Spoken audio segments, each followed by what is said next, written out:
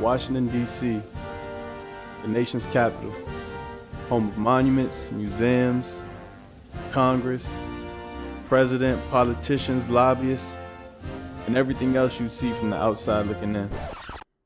But historically, if you stopped and took a moment to look at any native Washingtonian's feet, you might catch something you wouldn't have seen anywhere else in the world. But why DC? And why New Balance? It started on a block. It started on a block where everybody, you hang out on the block, you hang out with your homies, and a lot of other shoes wasn't comfortable. Your feet start hurting after a while, so a pair of New Balance, you was good, so you could wear a pair of New Balance all day. But after a while, it became just straight fashion because they was expensive and they was pretty.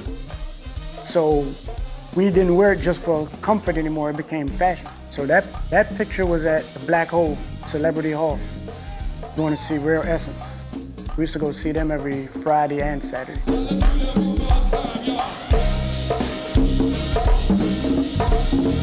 That was a spot to be back in 87, 88, 89. As DC people, a lot of other cities, they mostly took their styles, I think, from basketball players probably, and jerseys from football players, but we took our style from tennis players, so we wore a lot of Diodoras, we wore a lot of Asics. Guys in DC, we had 5 and 6 pairs in our closet. We didn't have one pair that we wore for 10 years. We had 5 or 6, 7 pairs. Some people, I knew some people that only wore strictly nothing but New Balance. We mostly got it at Prince and Princesses or a few of the other stores down here in Georgetown. Welcome back to the Black Hole, baby. Welcome back to the Black House, man. My name is Parviz Mizrahi, and I'm the owner of the 14 Prince and Princess. I think it's a couple of people up in here with some birthdays. Hello, Coco. I was working down the street in the clothing stores, and one night I had ice cream, and I was walking on Wisconsin Avenue. I counted the stores. It was, I believe, it was 13 or 14 clothing store, and it was only one shoe store. That's why I said, one shoe store is not enough. New Balance, I started in 1983.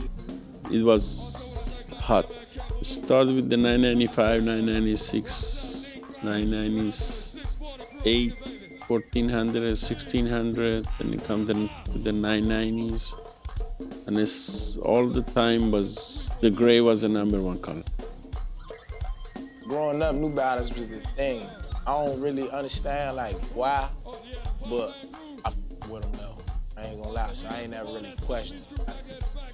Listen, New Balance owes the shit out of DC. If it wasn't for DC, nobody wouldn't be rocking no New Balance. I'm pretty sure of that. Yeah, New Balance was like the hottest growing up. I don't think it's never go nowhere in the city, for real. Like, it might take us little breaks, you know what I'm saying? People get on other, but always come back around. Those everyday shoes, so it's like all in one. You can wear them anywhere, outside, to the club, school. And you might hooping in them joints, you know what I'm saying? Working with New Balance was probably one of the, best experiences I've ever had. Shout out to New Balance, shout out to Shoe City. Shoe City put me in touch with New Balance, and New Balance flew me up to Maine, to where their main, factory is, where they manufacture all the shoes. And that's also where they made my shoes at. So I was able to be hands-on and see the whole process of the shoes being made. And then the fact of just, being from DC, being able to show the kids in my neighborhood or the kids all around that, it's possible. You can work with your favorite brands, or you can work with some of the brands you never thought you might have worked with, some of the biggest brands in your city. So the most important part for me was just letting the kids know that it was possible and that you could really do it. I only wear mine on special occasion. I might have them on for probably an hour, 2 hours.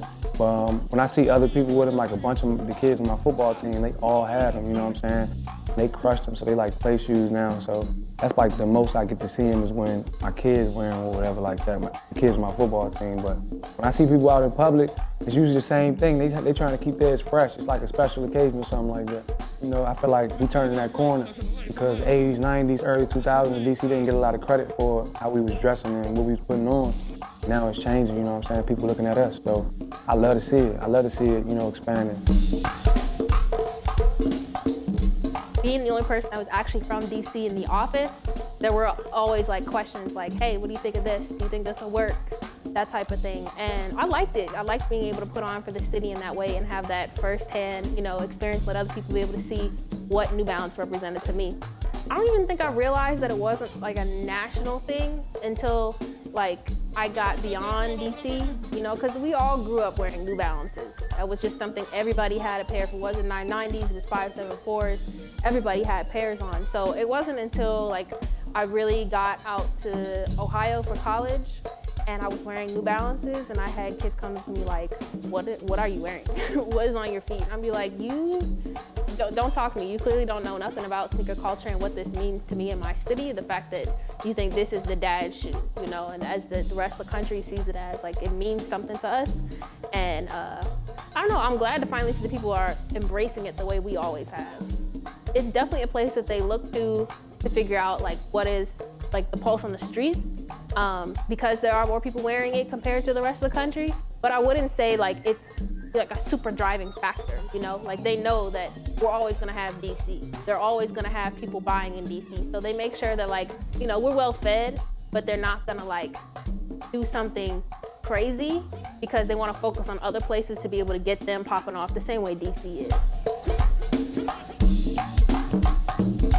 It was 2008. We were at the BET Hip Hop Awards on the red carpet, and we just, at that time, I think they kind of identified what it was, and majority of the out-of-town people, they really know like New Balance is significant for DC. When people see with New Balance on, they know where you from. Growing up, I'm an 80s baby, so, in my early, I would say preteen to teenage years, 996s was hot. So that's my favorite model. That's my first pair, actually. And today, I would say the 2000s. 2000s is still my favorite model. I really like the 327. I think it's a really dope, homage to the past, but then it looks very modern for today. I love the top-down view of it, so I think that's really dope. The 550, I think it's really cool to bring back from the 80s with just the retro sort of vintage feel that we're in right now, with like everything being like a cream bone color and, bringing back these styles and the flair that was from the 80s. I think it's really cool to see the 550s and the 480s come out. My favorite model growing up was the 2000s and the leather 2000s, whether it was the black ones or the dark gray ones. My favorite model right now is the 992. 990 V4 gray. 990 V5s, gray or black, but really gray though. Yeah. I go with the DC Giants, the V4, the best. I don't rock. I ain't gonna hold you. What's your favorite though, growing up? I don't really know. He playing around. I like this model right here, like the 725. And I like the 2002, but I like the 2002 protection pack because, how it's made, like it's peeling. In my age right now is the 990 because of the technology they have in these shoes and the arch support and the heel cap. The heel cap is more important than anything. My favorite first model was a 996, but then I fell in love with the 1300s for the comfort and the color. So to this day, 1300s are still my favorite. And 1300s came with a sole we call an end cap. And back in the days, you couldn't clean the end cap. No matter what you did, once it get dirty, you just couldn't use it. We used to use erasers, toothbrush, it still wouldn't clean. So if it got dirty, we just went and got a new pair. Sometimes people catch on late, and every city take something from each other to a certain extent. It might be a hairstyle, it might be slang, it might be style of dress, it might be a sneaker, so it's cool. I mean, everybody's welcome. But just give us our props.